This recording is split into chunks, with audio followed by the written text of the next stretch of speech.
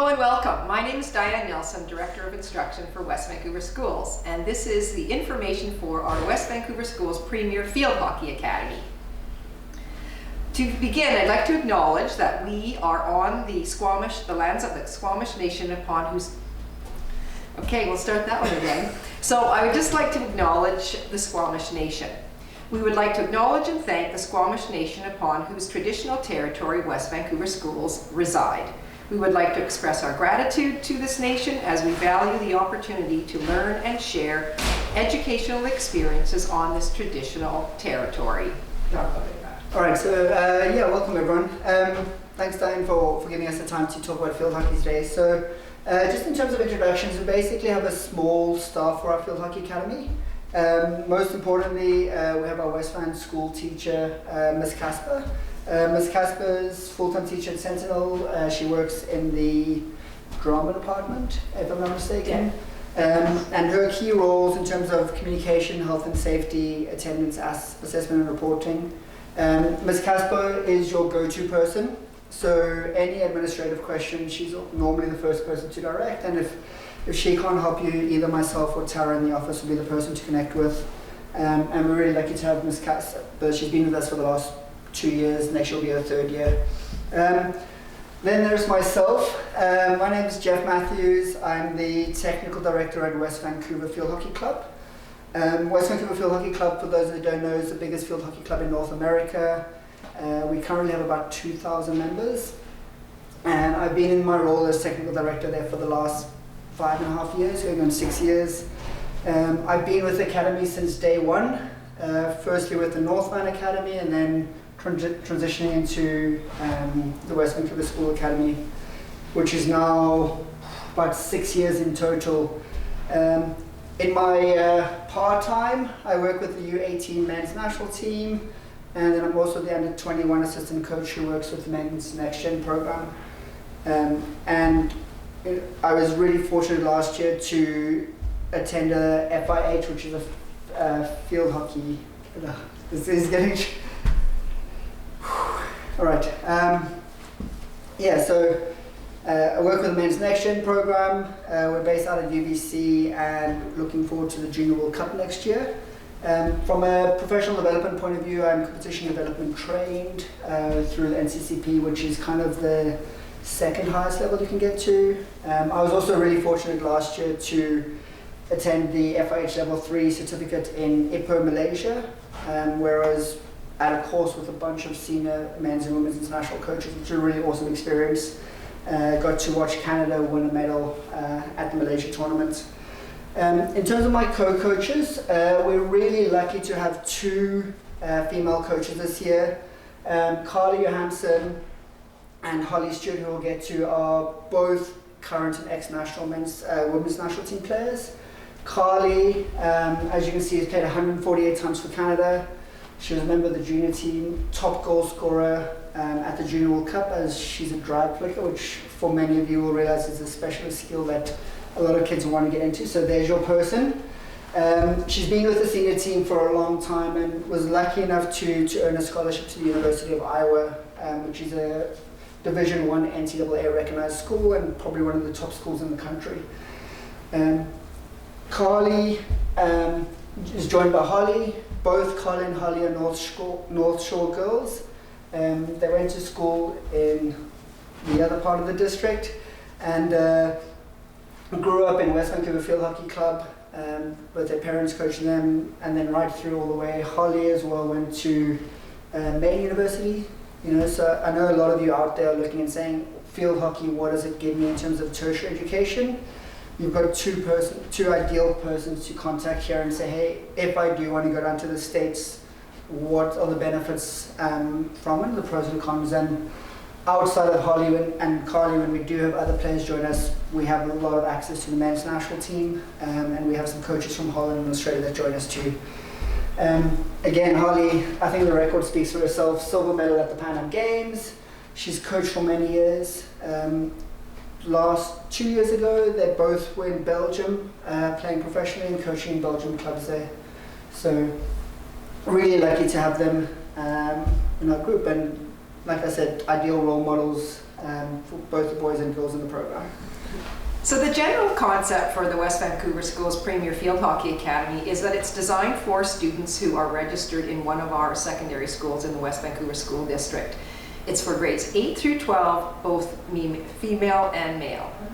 So the goals for this program are essentially to give you a year-long field hockey program. I come from Cape Town, and in Cape Town we're really fortunate in that our high school programs run from April into August, so you're looking at kind of like a 6-month program, where we know in North America that's not necessarily feasible, and a lot of the schools have a different and a really short high school program. So we want to give players a year an opportunity, but within that, my philosophy as a coach is always, if you have fun, you'll learn, you'll get better, and you want to improve. So the main thing here is you'll see, we want to have fun, we want to make friends with the group. That's really important to me, and within the program we do a lot of team building exercises.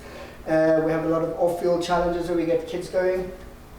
We talk about goal setting, and goal setting is not just to motivate them and get them to excel at field hockey, but also to teach them how they can achieve these goals outside of sports and outside of schools. For all the athletes, we're looking at grade 10 to 12s. We start to develop our NCCP course. So NCCP, I probably should have mentioned earlier, but is a National Coaching Certificate Program in Canada, recognized both in Canada and the US, and the rest of the world is really high regarded. So we start to introduce that, and we also start to touch on a bit of the umpiring qualification. The umpiring qualification is, for me, the interesting one, because a lot of people think, why should I do it? You guys are going to grade 8 for most of you. As a grade 8 umpire, you can earn some money. You can do some spring league coaching. So we always look at getting our academy kids to go back into the club system and kind of give back to the sport. So the umpiring, 1, earns you money, 2, teaches you the rules, and 3, it's going to make you a better field hockey player, because you're going to start to understand and actually appreciate them more. All right, so that's kind of why we go there. And then the next part is just in terms of how can we link you into the next level. As the technical director of the biggest club in Canada, I have a lot of contact with NCAA schools in the US. I also have almost daily, weekly contact with our CIS schools. CIS schools, we have Canada schools, so UBC, UVic, University of Calgary, University of Toronto. We've got numerous players from within our academy and from within our club that do go to those schools, and it's a really good point and a really great opportunity for field hockey players. Right, in terms of the curriculum and the components, so we try and touch a little bit on everything. Obviously, first and foremost is the students and the athlete. We want you to grow as a person. We want you to appreciate and realize and kind of treat your fellow players with a lot of respect. We touched on the education with the umpiring and the coaching education. It's a small part, but I think it's a really important part of being a high performance athlete, if that's the way you want to go. The obvious one is the technical tactical. We have between 76 and 92 sessions a year, so there's a lot of time to get to the details. So technical will be our skills, tactical will be more gameplay when we're allowed to. Physiology we'll touch on a little bit more in the next slide, but that's just in terms of introducing what you need to succeed as a field hockey player, and then linking the clubs and the provinces and the universities is kind of something we start to introduce and really trying to evolve and develop as we go forward. All right, so in terms of the physiology, so a lot of the physiology stuff we do is about introducing and educating. I'm not going to stand here and say that we're going to test you and we're going to pass or fail anyone because we do the score. And when people see fitness testing, I know as a player, the first thing you think is, it's a test, I'm going to fail. And that's not what we're about, okay? We do a yo-yo, we do a 40-meter sprint, we do a vertical jump, we do some agility tests. All of that is to introduce you to a new training tool and to introduce. So when you get to a provincial team or a provincial tryout and they say, hey, listen, today we did a 40-meter sprint, or we're going to do a yo-yo. You've been there, you've done that, you've experienced it. Okay, and it also allows you then as an athlete to go and in your own time start to train and develop that. So we touch on the fitness testing. It's something we do sporadically throughout the year. We also introduce a little bit of heart rate monitoring and RPE, perceived rate of exertion, strength and conditioning stuff we do off field, and then occasionally we'll do some functional movement screening and assessments from there. All right, in terms of the technical tactical, so there's a lot going on this slide, I'm going to be honest. The main thing for you to realize is, as the academy, there's a link between our school and our clubs. So we try and differentiate between the two and not overload athletes. I'm really aware that there's a lot of opportunities for you to play field hockey. And what we want is we want to kind of individually go through a plan and make sure we're not burning you out over training.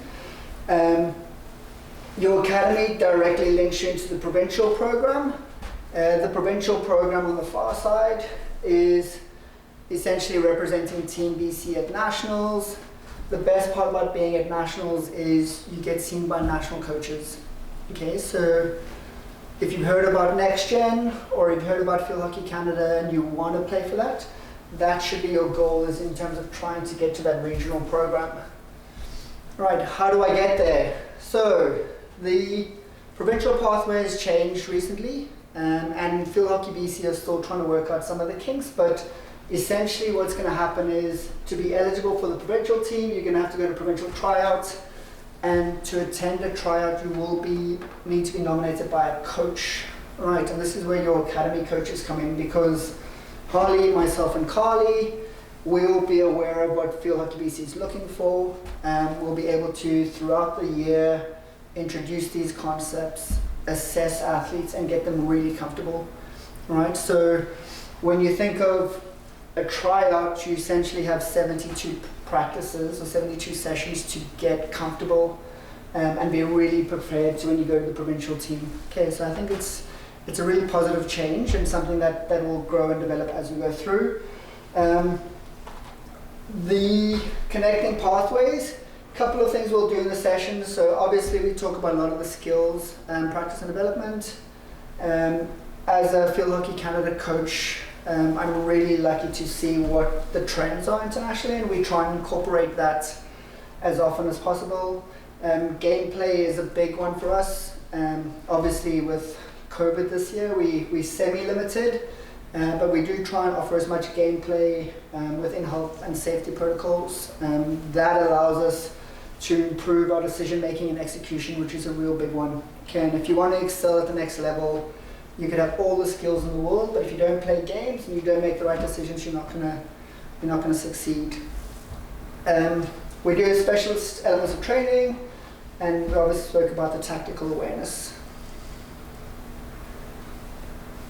All right. So just to touch on the BC program, so essentially there's two age groups. There's Train to Train, which is now changing to U16 this year. And there's a Train to Compete program, which will be a U18. Both of these programs run through Field Hockey BC, and as I say, a lot of our academy coaches are involved in the process for nomination and selection. The tryouts will take place in April and March, and once we have that information, we'll obviously forward it through to our academy players. And that provides a really nice link between school, club, and then through to Field Hockey Canada.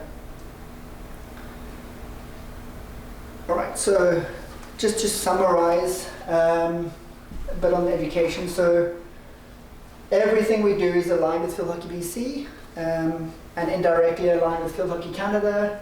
We touch on the sports science and the monitoring. Okay, again, that's part of the education, and grade 8s will get a glimpse of it, grade 9s a little bit more, and then grade 10 and 12s will start to really expand on these things. Everything we do is in a holistic approach. We do education, we do umpiring, and then the team building stuff.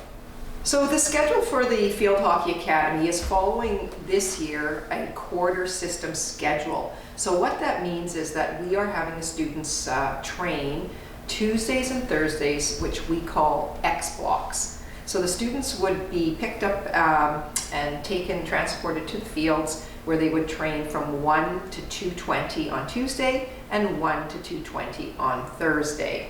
And what that looks like is this. So this is a typical schedule that students may be referring to. So you see they have a variety of courses, but in the afternoons on Tuesday and Thursday is when our Field Hockey Academy training sessions occur. So the location that we do all of our outdoor training takes place at Rutledge Field. For those of you that were around in October last year, it seems like a long time ago, we had the Olympic qualifiers between Ireland and Canada, and the new Rutledge Field is one of the best fields in the world. It's essentially the same surface they played at the last two Olympics with. So lucky to have a world-class facility. Both the men's and women's national teams are now based out of Rutledge. So you'll notice before and after training some of the national players arriving, which is a pretty cool thing. The nice thing about the new field as well is it doesn't flood. So those of you who've been around for a while will know that the old field we used to have issues with the rain. That doesn't happen anymore. And we're generally outdoors between September and November, and then back February to June. All right, and the reason we try and do this is just to mimic kind of what an outdoor fall season would look like, but also take into account the weather and the consistency. What we don't want is to be outdoors all year round and have a really monotonous program where it's just field hockey, field hockey, field hockey. So we're trying to incorporate a bit of a block where there's a break in line with the weather. Obviously that depends on what we're allowed to do. And even like this year, even though we weren't allowed in an indoor gym, we do alter training between November, February to kind of make a bit of a change. So we kind of work on a few maintenance and kind of strength and conditioning stuff. When we do go indoors, generally that will happen between December and January. We look to do things like go to level 10, where there's an amazing group of instructors. A lot of the level 10 instructors have or do end up working with professional athletes and national athletes, and I know that level 10 for them is a stepping stone sometimes to much bigger things. So that's something that's really good. Again, there we touch on the mobility, the agility, the strength and conditioning stuff in terms of educating and introducing.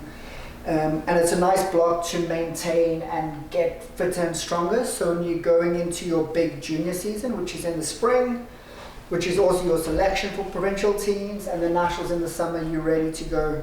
Okay, so that's why we do it. We also look to diversify a little bit and offer things like yoga, kickboxing, and some indoor field hockey when we are allowed, when we can do. Okay, so just kind of a little bit of a change. So with the field hockey program, we provide one-way bus transportation for the students. So students will be registered at any one of our 3 schools, that is Rockridge, Sentinel, or West Vancouver school. So in the Field Hockey Academy program, we provide bus transportation, one-way transport to the facilities. So students are picked up at any one of our secondary schools, that is Sentinel, Rockridge, or West Vancouver Secondary. And at the end of the session, or wherever we are with respect to the location, as Jeff mentioned, parents are responsible for picking up their students or ensuring that they get home safely. With respect to the course credits, by participating in the Field Hockey Academy, the students receive courses that are going to be used for graduation purposes. So as you see in the screen here, grades 8, 9, and 10, the physical and health education course is mandatory. So in this case, they would receive this course by participating all year long on that Tuesday or Thursday from 1 o'clock to 2:20 to receive these course credits in order to maintain those hours that are required. The other really positive thing that's happened over the course of the last few years is that the ministry has come up with another course, a ministry course, for grades 11 and 12 called Fitness and Conditioning 11 and Fitness and Conditioning 12. So students at those grade levels will receive those courses as well. And the other piece I wanted to mention here is that Jeff had alluded to Miss Layla Casper, who is our West Vancouver Schools teacher, supervising teacher here in the academy, and she and Jeff and the coaches work together to come up with the assessment and the marks, and at the end of the day, the West Vancouver Schools teacher Layla Casper enters those marks. So, as Ms. Nelson mentioned, with regards to the assessments, every session counts. And this is something that I really push the athletes is you need to be present at as many sessions as possible, and we want to notice you. Report cards are issued 3 times a year. Those report cards obviously come through the school district and through Ms. Casper. Parent-teacher interviews can take place if requested and available. And what I want to stress here is it's an open door policy. A lot of the assessments we do are based not just on technical ability, but we look at attitude, commitment, attendance, and just general coachability. Those are the 4 big ones for me. As a field hockey player in grade 8, 9, 10, even 11, 12, you're still young and you're still developing. So my expectation is not that you're perfect at every single skill, but that you're willing to try and willing to get better. All right, and we really stress that as we go through. Something that not mentioned here that we do try and incorporate as well is probably twice a year we look at getting field hockey specific report cards out as well, which gives you a little bit more into the technical stuff. The reason we don't do that all year round and the reason we don't do that as part of the full assessment is because it's sometimes tough to see an athlete when the coach says you're not very good at hitting, for example. So those are things that we do in terms of learning and kind of goal setting. So an athlete can see, hey, my weakness is hitting, how can I improve it, and when we can work on some time with the coaches to do it. So that's something we really do, and again, that builds into what Field Hockey BC and Field Hockey Canada do in terms of their assessment and evaluation process. So the clothing is fairly standard. The reason we do clothing is we want everyone to look as part of a team. If you look like a team and you look professional, you're probably going to play and behave like a team. So really important for us. But we don't want to overload and increase the cost too much. So the expectation is to have a basic clothing package. So 1 shirt, pair of shorts, pair of socks. There are optional items like rain jackets and hoodies and things available too, which changes kind of year to year. And we don't want you to have to repurchase this every year, so we try and standardize it so new academy players or returning academy players just have to buy what they need to.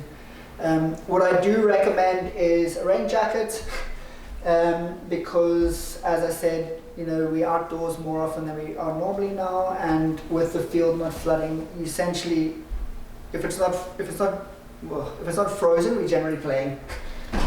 So with respect to the fees for the Field Hockey Academy, we run linearly within this quarter system from September through June. That's a really good news story where the students are participating Tuesday and Thursdays. So the hours are accumulating for that entire course throughout the course of the year. And so the total cost is $348 per month multiplied by 10 months, September through June. And then of course there is that, as Jeff alluded to, there is the clothing fee, and again we try to keep that to a minimal amount of money with respect to purchases to keep the fees down. With respect to the selection process, the first thing to think about is the genuine interest, passion, strength, experience in this area. So any student who has a desire to start out as a beginner or even as an advanced player has an interest in this area, please do apply. What you would do is complete the student information form, which is online at the Field Hockey Academy website. And what we do want you to think about is that we have a limited spot, so it's great if students do ponder if this is something they want to do through even the inclement weather, so that you participate for the whole year, because we do have a very thorough and detailed plan for the students. We would like a submission, a scanning of the most recent report card, because that gives us a really good idea of the student profile. We do want evidence that the student is able to participate where the work habits at school and in the Field Hockey Academy are at least satisfactory to an excellent level. And then it also tells us a lot about some of the very important aspects of students being able to get along with one another, to be able to work with the coach. We often hear the term, is the student coachable? wanting to ensure that they're responsible and respectful, and especially right now in this environment where we have some very strict health and safety protocols, we do expect that students will follow those rules and regulations to ensure the safety and the fun of everyone being on that field. So if you're interested, we hope you'll go online and register soon. So with all of that information, we do hope we have encouraged you to take a look at our website and to register soon, as we do want to try to get the selections completed and everyone ready to go with their courses and timetables, hopefully by spring break. So we look forward to seeing those applications. Thank you.